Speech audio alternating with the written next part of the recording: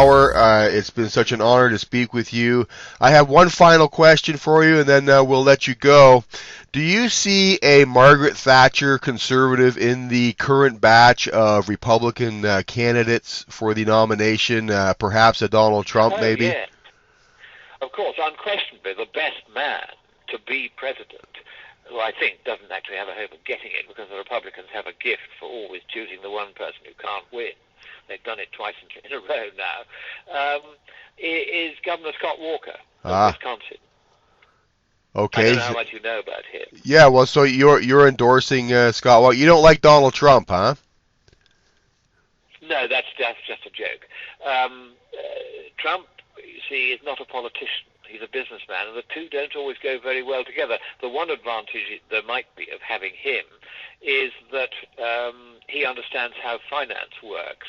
And the big problem, which is going to be faced by anyone following Obama, is the staggering amount of debt. It's the same problem that Greece has got.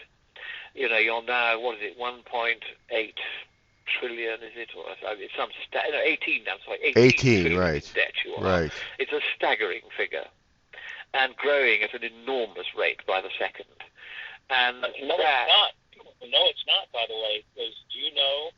Have you seen it? They've actually frozen the debt clock. Yeah, the debt that's clock right. In the United States has literally been frozen.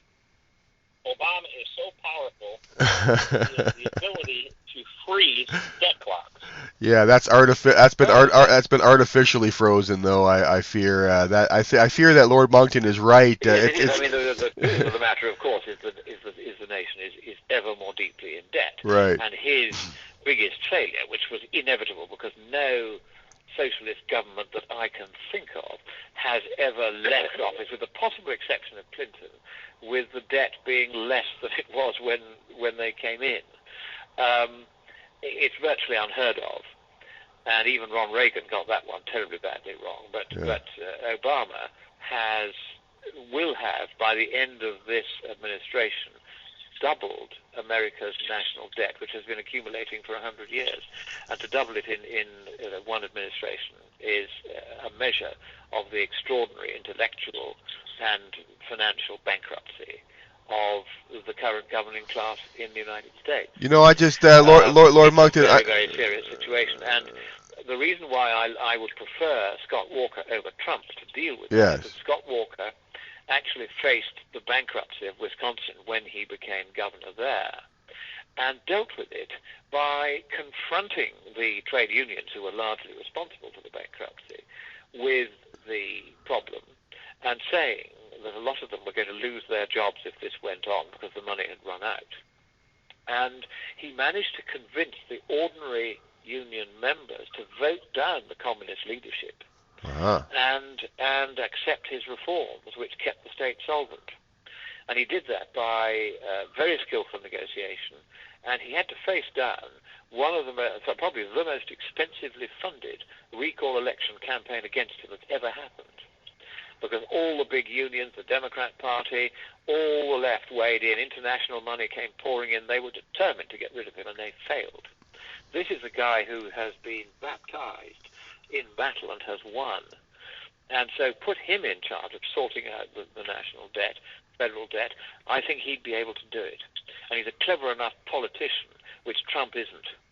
Okay. Trump would just annoy people. Walker is clever enough to turn the postcard sideways so you don't see the dirty picture. And that's what you need. Well, listen. The approach Trump would take simply won't work. Right. But the more cautious approach that Scott Walker would take would work.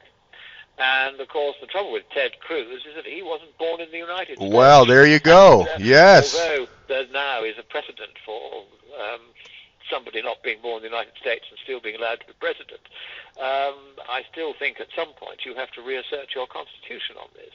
Right. So he's the other one I like personally and have met him, but I have my doubts about whether he would be anything like as effective in dealing with this crushing problem of the debt as Scott Walker would be. So that's my analysis for what it's worth.